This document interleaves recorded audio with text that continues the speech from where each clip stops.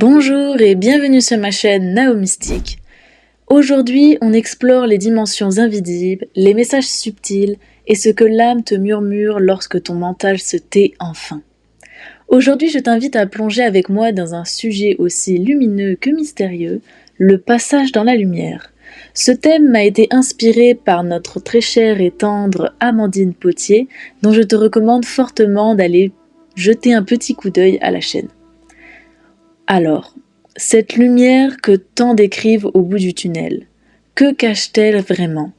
Est-ce une illusion apaisante ou bien le signal d'un passage vers un autre plan? Reste bien jusqu'au bout car je vais te partager aujourd'hui ne vient ni des livres ni des théories apprises. Ce sont des vérités canalisées, nées de connexion avec ce qui se trouve au-delà du voile. Mais avant de plonger dans ce voyage de conscience, laisse-moi poser une base essentielle avec toi. Qu'est-ce que la canalisation spirituelle? Pour moi, c'est une pratique vibratoire, un langage d'âme. Canaliser, c'est traduire des ondes lumineuses en mots, ici et maintenant. Ces fréquences proviennent de présences subtiles, d'anges, d'archanges, de maîtres ascensionnés. Ce sont avec eux que je reçois dans un espace profond de réceptivité et que je vous transmets ici avec humilité et respect. Mais n'oublie pas ceci, même les messages les plus purs passent à travers un filtre. Et aujourd'hui, ils passent à travers le mien. Il s'agit de mon vécu, de mes émotions, de ma conscience du moment, de mes connaissances du moment. Tout ceci colore ce que je te transmets. C'est pourquoi je t'invite avec amour et humilité à faire preuve de discernement. Écoute avec ton cœur, garde uniquement ce qui résonne pour toi et laisse doucement le reste derrière toi. Maintenant, respire profondément, recentre-toi, ouvre-toi à ce qui vient se révéler. On commence dans un instant.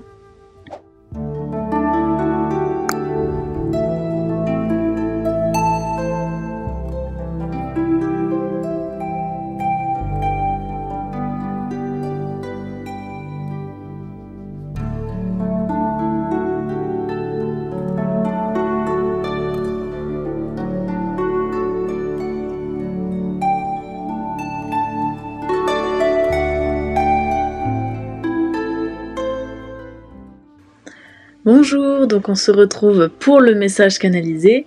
Alors, cela faisait un petit moment qu'on ne s'était pas vu, et bien, sachez que j'ai passé 6 mois sans voir la lumière du jour, parce que je faisais mes études, donc forcément, je ne pouvais pas me consacrer autant que je désirais sur ma chaîne YouTube. En tout cas, j'avais quand même pris le soin de filmer une dernière vidéo, donc là, vous la voyez, elle date de janvier, et je la mets en forme, on va dire, en mai. Je vous laisse imaginer, voilà. Je suis désolée de cette attente, mais bon. Nous nous retrouvons, c'est l'important. Alors, je vais vous partager donc ce message que j'ai eu, qui précise notamment le passage dans la lumière, c'est-à-dire quel est ce moment où l'âme sort de corps et vit ce passage dans la lumière. Et je sais qu'il y a beaucoup de témoignages de mort imminente, expérience de mort imminente, je crois qu'on dit comme ça, de personnes qui racontent justement être passées dans cette lumière, dans ce tunnel de lumière. Et donc j'aimerais savoir plus précisément ce que c'est, ce que ça représente, est-ce que c'est positif, pas positif, etc. Donc voilà, ce message va vraiment plus en profondeur sur ce moment clé de la réincarnation en tout cas. Si vous désirez avoir plus d'informations sur la réincarnation, je vous invite à voir d'autres de mes vidéos qui traitent davantage de ce phénomène. Alors, je vais donc commencer le message. Donc tout d'abord, j'ai écrit une première question. J'ai dit « Pouvez-nous nous parler de la réincarnation sur Terre? Comment cela se passe concrètement? Le fait de voir la lumière au bout du tunnel, qu'est-ce que cela signifie ?» Donc j'ai posé déjà des jalons un peu, on va dire, général pour pouvoir ouvrir la question. Donc sur ça, ils répondent les mots suivants. « Bonjour, c'est moi Métatron. Je descends vers toi pour répondre à tes questions. Tout d'abord, il faut comprendre que la vie sur Terre est une illusion et son principe d'existence n'est pas toujours semblable sur d'autres terres. Par conséquent, Cette explication n'est valable que sur les terres d'une même densité. Donc là, ce qu'il explique, c'est que les prochains propos qui vont suivre ne sont pas, entre guillemets, à sortir de son contexte. Parce que en gros, le passage dans la lumière, de la manière dont nous l'expérimentons, concerne uniquement des terres qui sont sur la même densité. Donc c'est-à-dire qui sont en 3 dimensions, si vous préférez. Donc voilà, c'est pour dire que ce passage-là n'est pas le même si par exemple on est en 5D, 4D, etc. Alors, je poursuis le message. Ils écrivent. Tout d'abord, la réincarnation est un terme issu de vos philosophies et spiritualités pour désigner le cycle, le renouvellement de l'énergie vitale dans un nouveau véhicule de chair. La réincarnation est un concept très populaire, notamment en Asie. Cela décrit un phénomène sensiblement vrai. La réincarnation désigne le moment où l'âme, c'est-à-dire le principe vital d'une enveloppe de chair, s'extrait de celle-ci et est expulsée vers le dôme, un peu de la manière d'un accouchement. Cette fois-ci, l'âme ressort et remonte vers, entre guillemets, la sortie. Si son principe vital est conservé, alors elle aura l'énergie nécessaire pour s'expulser et dépasser le tunnel de lumière et voir au-delà. Alors, avant de poursuivre, je vais revenir un peu sur les derniers propos qui ont été énoncés. Donc, il nous donne une définition de la réincarnation, entre guillemets, en expliquant que c'est la fin du cycle, le renouvellement, et c'est lorsque le principe vital s'extrait de la chair. Donc là, jusque-là, rien de nouveau sous le soleil. On avait globalement tous compris ce que c'était la réincarnation, enfin je pense, du moins c'est globalement les idées qui sont véhiculées, comme il explique, dans nos philosophies. Donc, il explique que ce phénomène est plutôt, est plutôt bien expliqué dans nos philosophies. Donc il s'agit bien du principe vital, donc de l'âme, si vous préférez, qui s'extrait du coup de la matière, de la chair, pour être expulsé vers le dôme. Alors, pour ceux qui n'ont pas vu mes vidéos sur le dôme, etc., je vous invite à aller voir pour avoir plus d'explications à ce sujet. Mais globalement, nous sommes sur une sorte de terrain, on va dire, je schématise, hein. Nous sommes sur une sorte de plan, voilà. Et au-dessus de nous, il y a un dôme de cristal, imaginez-le un peu comme ça. Et nous sommes enfermés à l'intérieur de cette coquille. Et donc, il explique que lorsque notre principe vital, donc notre âme, est expulsée de sa chair, elle est envoyée vers le dôme. Et il explique que si son principe vital, c'est-à-dire si son énergie n'est pas corrompue, alors elle peut passer ce tunnel et aller au-delà. Donc voilà, donc si on résume, le tunnel, c'est un peu la transition qui existe entre le moment où l'âme sort de la chair et le moment où elle passe de l'autre côté. Si je schématise, ça serait globalement ça. Alors, ensuite, ils écrivent. Autrement, l'âme retombe et réitère un chemin de vie dans une nouvelle enveloppe afin de retrouver suffisamment de potentiel de vie. Le but de la réincarnation est de donner à l'âme le moyen d'exercer un de ses pouvoirs. Comme beaucoup de choses, celle-ci s'acquiert par l'effort et la répétition. L'âme répète et à la manière d'un enfant sa comptine jusqu'à ce que celle-ci vibre et sonne parfaitement dans son cœur. La Terre est une partie du tout, un espace d'expérience. À l'échelle humaine, elle semble être une prison, mais à l'échelle des dieux, c'est-à-dire de l'âme, c'est un terrain d'apprentissage. Le but est d'apprendre. Mais alors se pose une question. Pourquoi apprendre à redevenir ce qu'on a été ? Alors, je laisse un petit teasing sur cette question. Avant de pouvoir poursuivre, j'aimerais revenir donc. J'avais expliqué que du coup, on allait dans ce tunnel de lumière pour faire la transition entre le moment où on est expulsé et le moment où on va vers l'au-delà.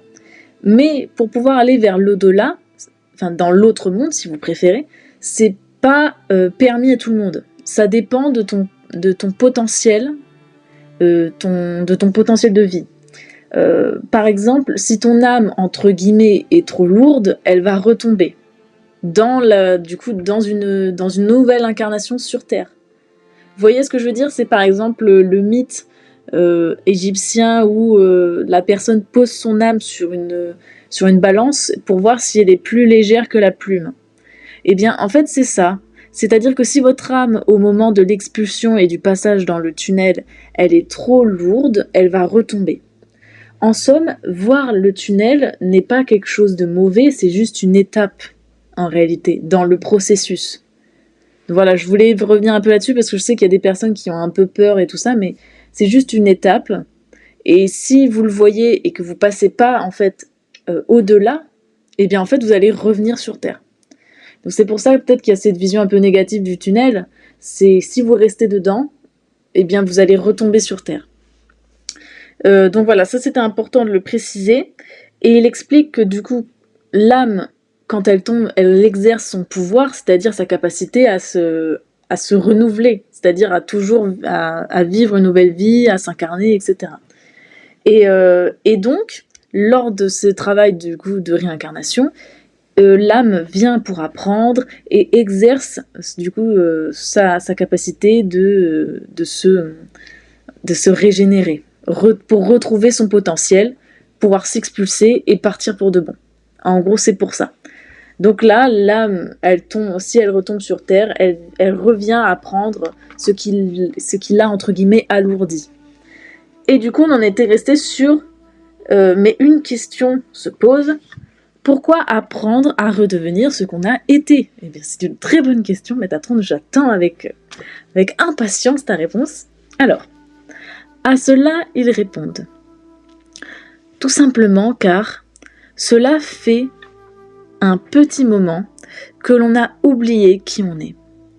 La Terre est un espace, une densité inférieure, mais cela ne veut pas dire que le mal n'existe pas dans les étages supérieurs. Les âmes sont un courant d'énergie dont la matière a un effet sur la conscience individuelle afin de rappeler à l'ensemble ce qu'est l'unité. Rien n'est oublié, tout est enjoué. La réincarnation rappelle à tout à chacun que les efforts sont les valeurs essentielles au réveil individuel et collectif par essence. Alors là, je sais que j'ai un peu bégayé, j'ai pas bien expliqué, mais bon, c'est que je n'arrive pas à me relire. En gros, ce qu'il explique, c'est que si on vient sur Terre, c'est que forcément il y a un moment dans notre expérimentation dans les étages supérieurs, on s'est peut-être un peu égaré. Et on revient ici pour se recentrer sur ce qui est réellement important et sur notre essence en réalité. Et en fait, il explique que en réalité, c'est pas parce qu'on est en 3D que forcément il y a que les méchants en 3D et qu'il n'y a pas les méchants aux étages supérieurs. Ça, c'est pas vrai. En fait, le mal, il est partout, il est à tous les étages, le mal. Simplement, ce qui change entre les différents étages, c'est son niveau de conscience. Là, nous sommes conscients de 3 dimensions. Peut-être un jour, on sera conscient de 5 dimensions, je ne sais pas. Mais là, actuellement, nous sommes conscients que de 3 dimensions. Et en fait, c'est le fait d'être bloqué dans 3 dimensions nous amène en fait à rechercher ce qui est vraiment réel, peu importe le degré de connaissance ou de pouvoir que nous avons, si je peux dire ça comme ça. Et dans une dernière partie, il explique que la conscience individuelle a un effet sur l'ensemble, c'est-à-dire un effet sur la conscience collective. C'est-à-dire qu'une personne qui s'éveille peut dans son sillage en éveille plusieurs en réalité. Et il dit, en réalité, rien n'est oublié, tout est, comme ils disent, enjoué. Et ce phénomène de réincarnation, et donc plus spécifiquement du fait de voir la lumière au bout du tunnel, de s'expulser, de peut-être revenir sur Terre. C'est juste un phénomène pour nous amener à nous souvenir, à nous rappeler que les efforts que nous faisons à titre individuel servent une plus grande cause, servent un collectif, et nous permet de nous recentrer et de retourner en notre essence, en notre pureté. Voilà ce que j'avais à vous dire aujourd'hui. J'espère que ce message vous a plu et vous a éveillé un petit peu plus sur votre chemin. En tout cas, prenez ce qui résonne pour vous. N'hésitez pas dans les commentaires d'ailleurs à compléter, nuancer ou réfuter ce que je dis. Je n'ai pas la science infuse, sachez-le. Je vous transmets uniquement ce que j'ai canalisé. Et comme je vous l'ai précisé, ça fait partie du coup de mon filtre, de mon écosystème également, ce message. Donc c'est pour ça, j'aurai grand plaisir à vous lire si vous avez d'autres choses à m'apporter. En tout cas, je vous dis, prenez soin de vous et à très bientôt.